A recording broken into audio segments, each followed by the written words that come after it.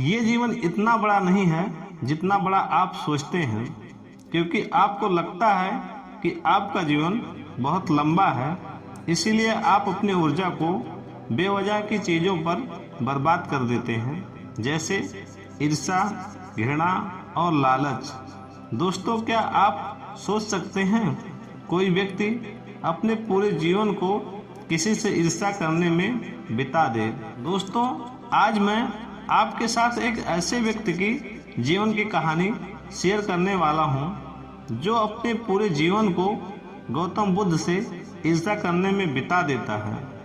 दोस्तों, वो व्यक्ति बुद्ध का शिष्य भी बना और रिश्ते में वो बुद्ध का चचेरा भाई भी था, और उसने बुद्ध के साथ ज़्यादा समय भी बिताया था, लेकिन फिर भी उनका जीवन रूपांतरित नहीं हुआ। जानते हो क्यों?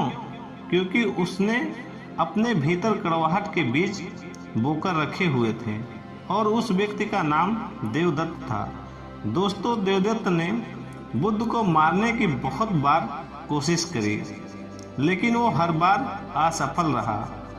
एक बार देवदत्त ये सोचता है कि वो राजा अजातशत्रु की सेना को लेकर बुद्ध को और उनके शिष्यों को समाप्त कर देगा। देवदत्त राजा के पास जाता है और उनसे कहता है, राजन, आप मुझे अपनी सेना दीजिए और मैं आपकी सेना की मदद से उस बुद्ध और उसके संघ को समाप्त कर दूंगा। लेकिन इस बार भी देवदत्त असफल हो जाता है, क्योंकि तब तक राजा अजातशत्रु भी गौतम का अनुयायी बन चुका था। राजा देवदत्त से कहता है कि बुद्ध को मारना तो दूर की बात है, अगर उनको छोटी सी खरोच भी आई तो मुझसे बुरा कोई नहीं होगा। मैं चाहूँ तो अभी तुम्हें मृत्युदंड दे सकता हूँ, लेकिन जाओ, मैं तुम्हें छोड़ता हूँ, क्योंकि अब मैं बुद्ध का अनुयायी हूँ। इसीलिए बेवजह की हिंसा मुझे शोभा नहीं देती है। उस समय तो देवदत्त वहाँ से चला जाता है, लेकिन वो तय करता है कि वो अकेला ही बुद्ध की हत्या करेगा। उसके कुछ दिन बाद बुद्ध अकेले ही भिक्षा के लिए एक पहाड़ी के रास्ते से जा रहे थे। देवदत्त उस मार्ग में पहले ही से छिपा हुआ बैठा था। उसका उद्देश्य था कि मौका मिलते ही वो बुद्ध पर हमला कर देगा। जब बुद्ध देवदत्त के निकट जाते हैं तो देवदत्त एक वृक्ष के पीछे छिप जाता है, क्योंकि इतनी हिम्मत बुद्ध के शत्रुओं में भी नहीं थी कि वे बुद्ध पर सामने से वार करें। इसीलिए देवदत्त भी पीछे से वार करता है। वो बुद्ध के ऊपर पीछे से खंजर फेंक कर मारता है, लेकिन उसका निशाना चूक जाता है। इतने में ही देवदत्त को सामने से कुछ लोग बुद्ध की तरफ आते हुए दिखते हैं, जिसके कारण वो पेड़ के पीछे छिपा हुआ रहता है। वे लोग बुद्ध के पास आकर बुद्ध को प्रणाम करते हैं और बुद्ध के साथ ही गांव की तरफ जाने लगते हैं। बुद्ध के जाने के बाद देवदत्त ये सोचता है कि शायद बुद्ध की मृत्यु खंजर से नहीं लिखी हुई है। इसीलिए देवदत्त बुद्ध को मारने के लिए कोई और योजना बनाने लगता है। उसके बाद देवदत्त एक छोटी सी पहाड़ी पर चढ़कर बैठ जाता है। उस पहाड़ी पर छोटे छोटे बहुत सारे गोल पत्थर थे, जिन्हें आसानी से नीचे धकेला जा सकता है। उन पत्थरों का आकार कुछ ऐसा था कि अगर किसी के सर पर गिर जाए तो उसकी मृत्यु निश्चित थी। उस पहाड़ी के नीचे से आने जाने का रास्ता था, और देवदत्त ये जानता था कि बुद्ध भिक्षा के बाद उसी रास्ते से वापस लौटते आएंगे।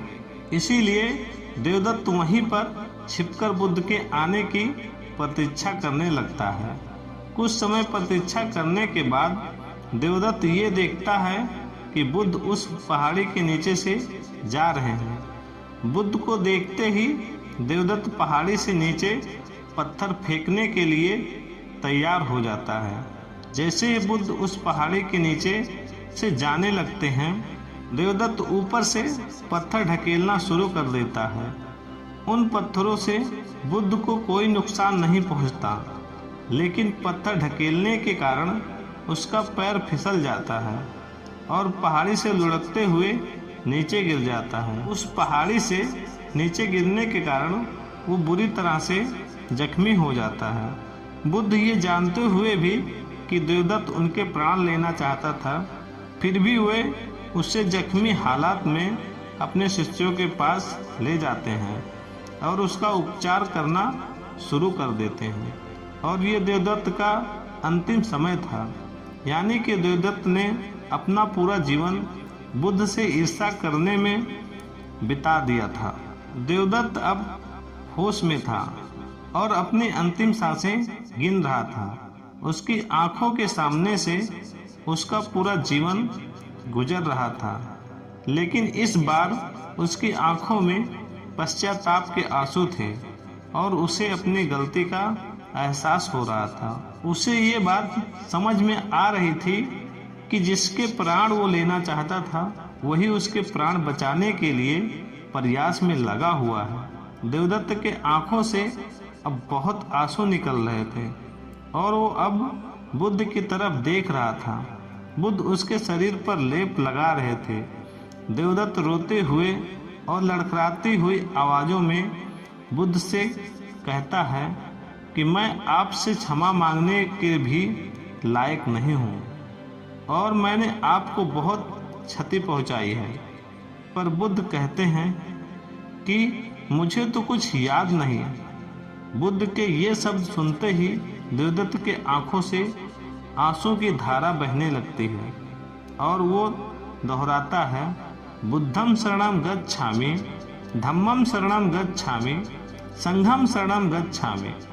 दोस्तों, बुद्ध कहते हैं बुद्ध, संघ और धर्म हर मनुष्य के अंदर है और स्वयं को जगाने की क्षमता बुद्ध है।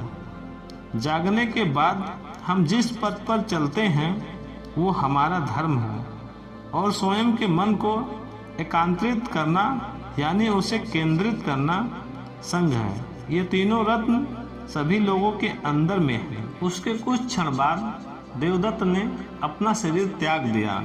दोस्तों, मैं आपसे पूछना चाहता हूँ कि देवदत्त ने जैसा जीवन जिया क्या वह जीने लायक था? क्या नर्क किसी और जगह का नाम है?